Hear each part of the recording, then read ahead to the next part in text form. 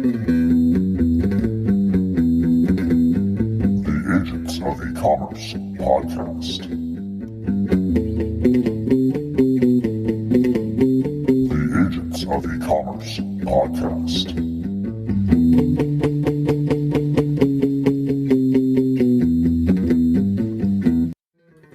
Hello, everyone, and welcome back to episode 15 of the Agents of E-commerce podcast. I know I took a bit of a hiatus, but life does get in the way sometimes. But I'm back now, and I hope to be doing a few more of these as time makes available. So I'd like to introduce Jared Blank. He has been as gracious to have this conversation with me. Jared and I go back a good ways, almost maybe 10 years, back to when he was at Tommy Hilfiger and I was at Monotate. He was a wonderful customer there, and we got to know each other, and we've sort of stayed in taps with each other throughout our career as we've grown. So say hello, Jared. Great to be here, Eric. Thank you. So again, you've had a pretty amazing run in a number of different roles within technology, primarily, I guess, in and around e-commerce and digital. How did you get into this field? Because, you know, when we were in college and someone would ask you what you wanted to do, this wasn't even something that people could describe, let alone plan for. So love to hear how you got into this field. Yeah, I feel like I graduated 5 years ago, but I definitely did not.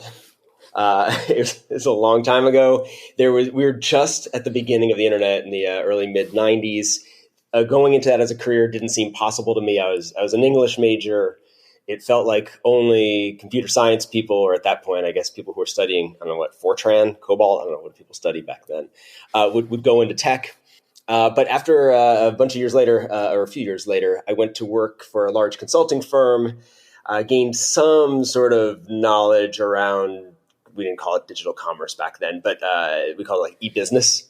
And then after that, was able to parlay that into a job as an analyst at a digital research firm. Awesome. And so with that role as an analyst, you started to gain some expertise that you could parlay into different fields. And then you ended up, obviously, at Tommy on the retail side. How was that for you? Was that one of your first larger gigs there on the retail client side? Yeah. So when I was an analyst at Jupiter Research, which is now part of Forrester, I think I learned at that point you can sort of, I don't like fake it till you make it, but I do think I've learned that confidence goes a long way. And so I was actually hired as a B2B analyst, which is funny because we've been talking about B2B online for 20 years and marketplaces. And then we didn't talk about it so much. And then it's recently come back as a hot topic, which I think you know as well as anybody. And while I was at Jupiter, I sort of was able to push aside the B2B stuff and admit, I don't really know much about that, but I'd love to talk about retail and travel, sort of weaseled my way into that and end up talking about retail and digital marketing for a couple of years. A boss of mine from there went to Tommy Hilfiger to build out their first e-commerce business and took me along for the ride. Awesome. Yeah, so Tommy was a good ride, I believe, a good time for you. So talking about, different gigs you've had over the years, what would you say would be your favorite and why? What was a gig that, if you could recapture that moment in your past, what was it? Yeah, my career's really been split between the analyst thing. I was at Hilfiger for a total of 8 years and change running e-commerce there. And then I've spent the last 7 or so on the B2B marketing side of things. And the analyst role still is a job I think about all the time and how much fun it was. And in the early 2000s, it's hard to even remember how big a question the whole concept of e-commerce was. And there were still lots and lots of brands on the retail side who thought, you know what, maybe we won't need a website. Maybe we don't need to sell online. This may just be a fad. I actually covered travel for a couple of years in there. The travel industry, as much as retailers thought their world blew up overnight, travel was, most travel was booked through travel agencies in the 1990s. There were something like 70,000 travel agents. And then by the early 2000s, there were something like 25,000. Like 2/3 of the business closed. The world was in massive upheaval, and people actually wanted to hear what I thought, which is, crazy, because in a job, often like when I've been on the other side, I do feel like sometimes people don't actually care what you think. And it was amazing for a few years to work with just a brilliant group of people who really pushed me, work with clients who really wanted to talk through just foundational issues to their business.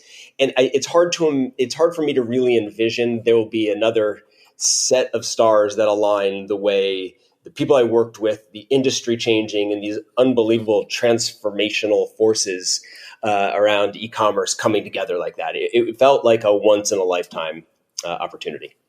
Yeah, I think, a couple of things you say stick in my head. Things like timing, right? It's sort of product market fit or services market fit. Some of these things just all come together, the right people.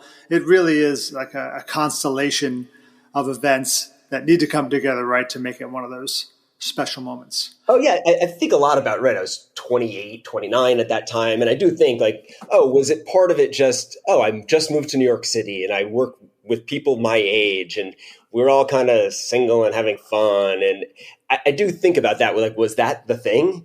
But it's funny. I just went to dinner with a bunch of people from that era, from 20 years ago, who I still keep in touch with. I think it was more than just, I moved to the city and I was in my 20s and it was fun. I think it was something else. And I think it was just this lucky confluence of events. Like you said, timing is a lot of it. And I think you can sort of hit it in your career where that might not happen until your 40s, where you've been working for 15 years and suddenly you're like, you know what, let me be honest with myself. I actually just like to write. Let me get a job writing or something like that, where, you sort of find your groove.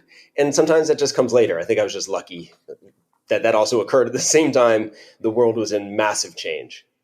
Yeah. So you talk about writing, and obviously you have an English background from education, and now you're writing a lot. The Gobbledy, and just so we'll be clear here, you have a newsletter that you put out called Gobbledy, and I believe the podcast is also Gobbledy as well? They're both called Gobbledy. I think that's the extent of all of the Gobbledy in my life. Okay, good.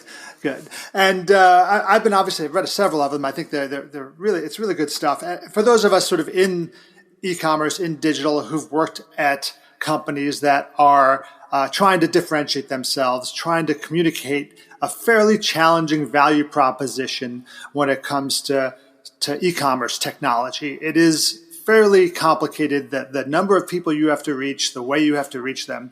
And not a lot of companies are sort of doing it well. And there's a lot of bad examples out there. There's some good as well. So what pushed you to finally create Gobbledy?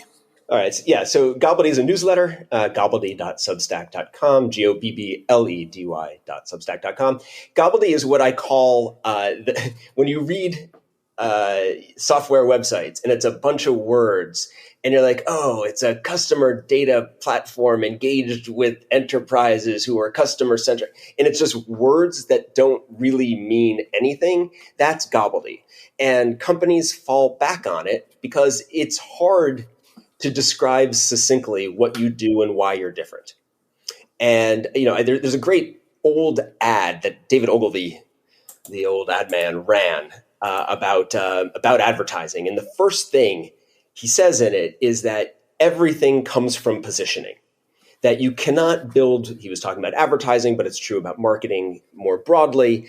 You cannot really build marketing campaigns, advertising campaigns, if you cannot tell me who you are competing with, define a competitive set, and how you are differentiated from them. And because a lot of software companies, I would say most software companies, don't do that very difficult work, you end up falling back on the same phrases in a way so that you could signal to people, hey, we're just like these other things. But that's a crazy way of marketing yourself. Like in consumer packaged goods and consumer, you would never say, we're a sour cream that's the same as Breakstones. You wouldn't. It would be something else. It would be sour cream for athletes or sour cream for people on a diet or sour cream for millennials. You would define it. You would say we are for this very specific group in this unique way. Software companies don't do that. They fall back on words that I call Gobbledy, which mean nothing because it's a very defensive position. They're afraid of alienating anybody, and so they say very little. Yeah, and I think one reason I was reading one of your pieces regarding tech is uniquely problematic is that many of these companies are started by engineers, technologists, not sort of classical trained marketers, although some companies have sort of that wonderful team of the techie and the sales guy. But what we have now, I think, is often a product of where these companies came from. I think that's part of it. And I think I don't want to blame the sales guys because you're a sales guy, and sales guys and women are key views of the business. I don't think it's actually the engineers necessarily. Because I think if you said to someone who started a company, why did you start this company? They would probably say something like, oh, I recognize there was a very specific need in the market. And either there was a piece of product functionality missing, or they said, if you're this type of buyer, the products out there don't solve your problem. And I actually think the engineers, if you had the right conversation with them, the engineer founder could really elucidate who it's for and why it's different. And I think what ends up happening is that the sales team oftentimes, with good intentions, is very afraid of turning down any business. And so they try to go broader. My thesis is the tighter you go with your messaging and your target market, the tighter you go, the easier the conversations are. I've had a hard time convincing sales folks of that, to say, no, you're much better off speaking to the 5% of the market where you're the best choice than saying like, no, we're great for everybody. It's like that's very hard to sell to. Yeah, I would agree. And also it puts you in bad situations where you can't be totally honest about your value proposition, right? I think one of the most powerful things you could say as a salesperson or a marketer is sort of no. We don't do that. That's not who we are. And that gets you some pretty immediate credibility as well. Oh, definitely. I think, and for some reason, that is very uncomfortable for people, like really uncomfortable for people. But I think that the more you can be specific about why you're different, who you're for, the more it will resonate in the conversations with that target market. And I get that there's pressure, especially in a VC-backed business, especially now, to grow.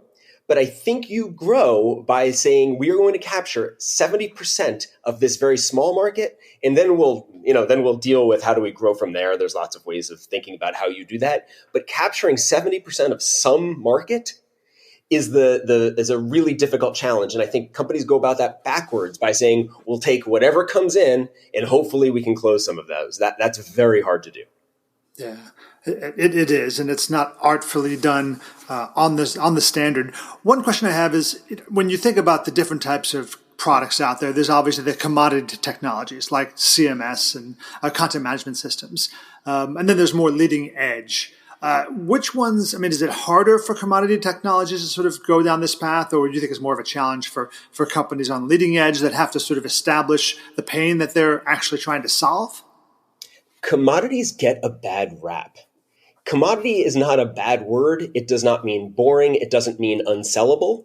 Commodity means that you're going to have to take a bit of a different approach. And the way that, especially in consumer, that commodities get sold is through branding or price or distribution channel, right? Like if you're a can of green beans, it doesn't mean you can't make a profit if you're a company that sells a can of green beans. It means, okay, do we come up with a funny mascot? Do we hire a celebrity? Do we make sure we're 7 cents cheaper? Do we make sure that we're in hardware stores for survivalists, right? It's a different set of questions you have to ask yourself about I'm a commodity, but Coke is a commodity, it's sugar water, but they created a brand around it. I think software companies are a little bit loath or not really comfortable with how you do that. Salesforce, which I wouldn't say Salesforce is a commodity, but plays in mature industries, has done a really great job of branding the Salesforce experience around the whole Trailblazer thing and coming up with characters and making it very clear when you interact with them what they are. A lot of companies don't do that. And so you end up feeling like, oh, we're just a commodity. It's just a price game, where it doesn't have to be. It's very, very, very, very hard to be a new technology and create a space for yourself. It's very hard. And I always knock on play bigger, which is about defining a category for yourself. That's incredibly hard to do. If you are something new, the best way you can go to market is to tell somebody, hey, this thing that you love? We're that, but better in this specific way. Trying to create something brand new and convince somebody they need it. There's no budget. There's no buyer. There's no one to own it. There's none of those things. But if you're a somewhat better, I don't know, email product, something else, there is a buyer, there is a budget, there's an owner, there is a project. That at least lubricates. It gives you a chance of selling. But saying like, no, we're none of those things. We're a whatever. That's very, very hard. And a lot of companies have made that mistake. Yeah, and something you brought up earlier, I always think about is that where brand plays into this. You mentioned Salesforce and the way they've sort of, in me, the Ohana, the Hawaiian kind of mystique they're trying to pull in, which doesn't always work because it doesn't seem to click into other aspects of who they are. But I like the attempt. And when I was at Monetate, I thought they did a really good job in sort of our brand, even though our logo kind of looked like the Autism is Awareness logo. And as my mom used to always describe, I worked for a company called Monistat, which is not at all which is the company I worked for. But at the same level, they really tried to both identify themselves as the people that worked for the company, because there was a lot of interaction, obviously, when it's a services/product-based solution. What's your experience and your feeling about how brand can sort of dictate this voice? The challenge is, and the problem lies, I think, actually with B2B marketers who at some point pitched the concept that everything we do can be measured immediately. And brand is a little bit more nebulous. And the problem is the cost of measuring it is expensive. And oftentimes, if you're a Series A, Series B, Series C startup, it's not worth the time and effort it would take to do the level of brand management that a Procter & Gamble does. And so you do have to just, on some level, and this is super uncomfortable, you got to believe. You got to believe in what the brand that in the brand that you define, in how you represent it, from everything, what it looks like on the website, if you have a mascot, hiring, what you call your conference rooms, every interaction. Right? It's very hard to do that because someone will say to you, well, how can you prove that XYZ brand initiative brings ROI?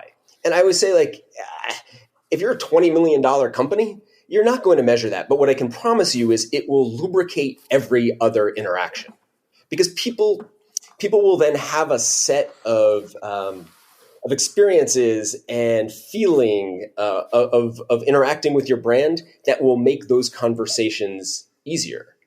But there is not a button or a dashboard that'll say, oh, we ran these ads or we gave out these plush thingies at a conference and now look at us. It doesn't work that way. Yeah. And let's transition into what I think are some interesting topics I pulled off of your newsletter, talking about some of the sins. I think, the sins of e-marketing, of B2B marketing, are things that get in your craw, let's be honest. You see it out there a lot. Let's talk about a couple of the topics that you've brought up. What I really liked the concept of the octopus, or in my world, we used to call them architecture diagrams, but it's the classic sort of, whether it's a Lego building blocks or this octopus where you have inputs and outputs and a puffy cloud in the middle. Talk to us a little bit about that and what your feeling is about those types of visualizations. Yeah, so the octopus I had written about, where customer data platforms, CDPs, seem to all have a diagram on their website that says, oh, we have these, we'll bring in these, it's always 4 inputs on the left. There's like a thing with 4 inputs. It'll be like your store, your website, email, whatever. Then it's them in the middle. And then 4 things on the end, like spitting it out to different channels. And so it looks like an octopus. There's 8 legs and a thingy in the middle.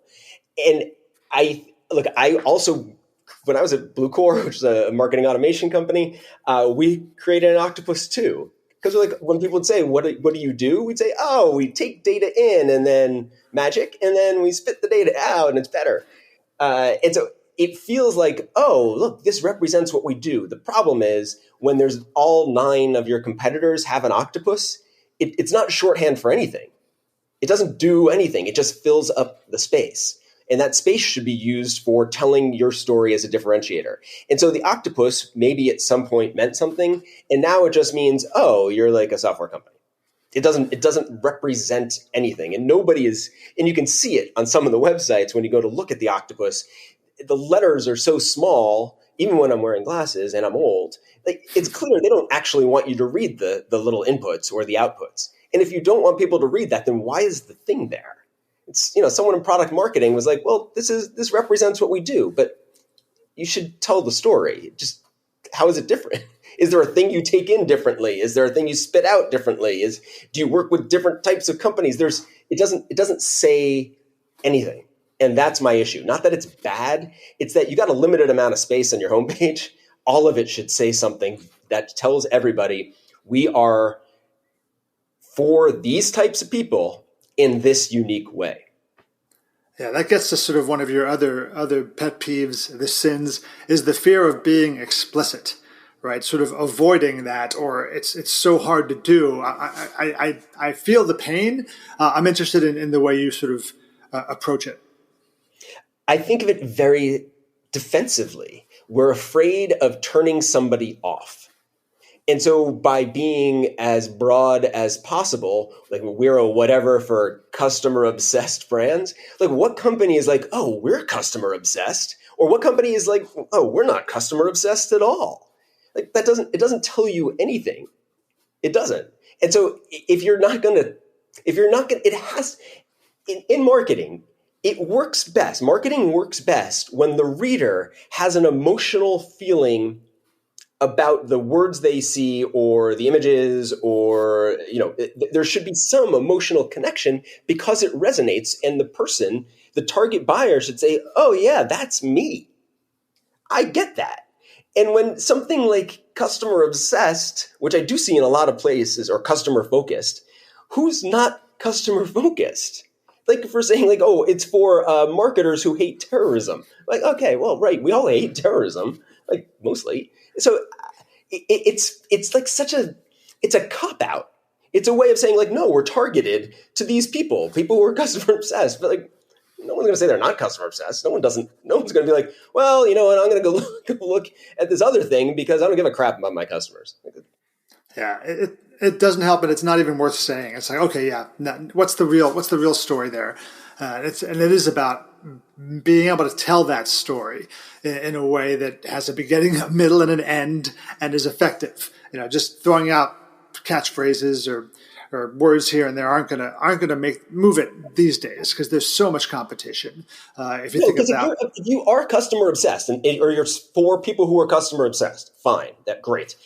There should be a quote from one of your users who says, we moved our NPS score from blah to blah because we bought this thing. Like, oh, that right. Your customers now love you because of this. Great. Like that shows something, right? Like you don't have to say customer obsessed. You just say like, oh, in the way that we measure how much our customers love us, we saw the needle move because we bought this product. And so what it gets down to, I think, at the most pure sense is the words you choose and how you order them, right? And one of the pieces that you describe often is just wordiness, in the inability to effectively cut down on the extraneous terms that don't really add value. My favorite ad, I don't know, do people have a favorite ad? I have a favorite ad. My favorite ad is an old Volkswagen ad from the 1960s called Lemon. And it is a picture of a VW Bug, a Beetle, and it just has the word lemon underneath it. And it catches your eye because most car companies don't call their own car a lemon. And then they go on in the very 1950s and 60s style block text when people used to actually read things. And it would say, oh, we think this is a lemon because all these things that you would never have noticed were broken, we noticed. And like you would never have seen it, but we know that under the trunk, the screw was supposed to be like this, and it wasn't. It's a brilliant piece of copy, and it's one word. And it's a lot of words underneath it because lemon makes you say, I need to know more. And that's why it's not so much that I'm like, oh, you should write shorter. It's that there's a place for short and there's a place for long, and they can definitely work together. You should look up, if you've never seen Lemon is brilliant because it's short and it makes you like, why would they say their own car's a lemon? You have to know more. It's an incredible It's an incredible piece of copywriting and marketing. And that, I'm not saying every website will be lemon, but it should be. Every single thing should be like, should catch your eye and think, no, I need to know the next thing about this. And there's lots of ways to do that. You can use humor, sarcasm, you can catch people off guard, you can be a challenger, you can call people out, you can be empathetic. There's so many ways of doing it. Any of them is fine. It's just you should be thinking, not what are they thinking about this piece of text? They should be thinking, how do I get the person to want to read the next piece of text? Yeah, I like that kind of counter-programming concept where you're just shocking and delighting. Surprise and delight is sort of the concept as well. It's just sort of, oh, that's different. That makes me want to engage me. And I think that you describe it well there. Another piece that you talk about is sort of positioning, right? How you compare yourself to others, or actually what you decide to compare yourself to also speaks volumes. So maybe you can speak a little bit about that. Yeah, if you're a product, you can define your competitive set.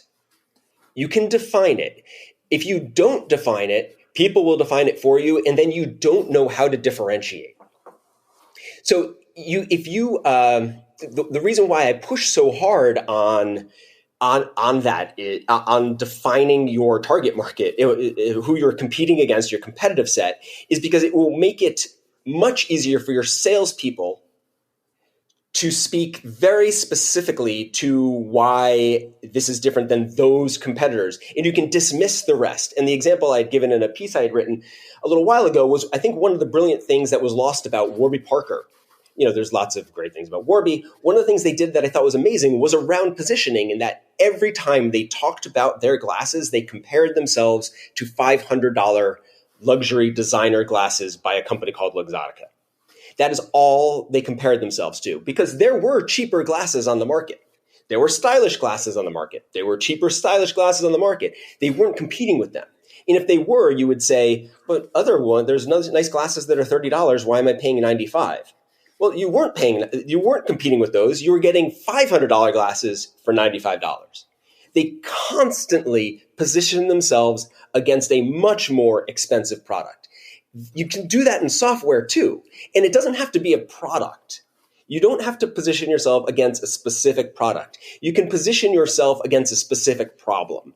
And it can be time, right? Like time wasting can be the problem. It can be frustration, can be the thing you're positioned against. You can have an abstract enemy, and like that totally works. And I think back the old Domino's campaign that's come and gone about the Noid.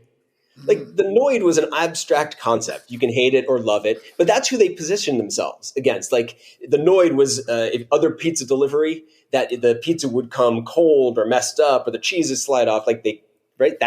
That's how they positioned it. It was against the concept of messed up pizza delivery. That's kind of brilliant. And it wasn't we're better than Pizza Hut. It was we're better than the bad experience you got in these specific ways.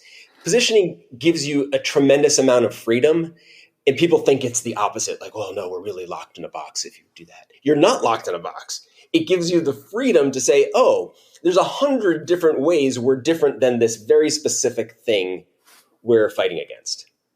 It's funny you mentioned the Domino's Pizza Noid, because you probably don't know this, but I actually am a foremost expert on the Noid because I was the Noid. I got paid as a Domino's pizza delivery driver one night to dress up as the Noid in the middle of the summer in Atlantic City for the Mike Tyson, Michael Spinks boxing match. It was one of the biggest matches ever. It was 93 degrees, and I am dressed up in essentially a fur coat with the Noid costume, being driven around the back of a truck. It was a wonderful experience. I think I actually did a story about it once, but you just triggered me.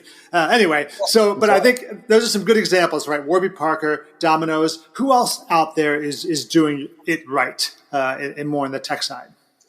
Well, let me give the other example, because this is another way you can do it.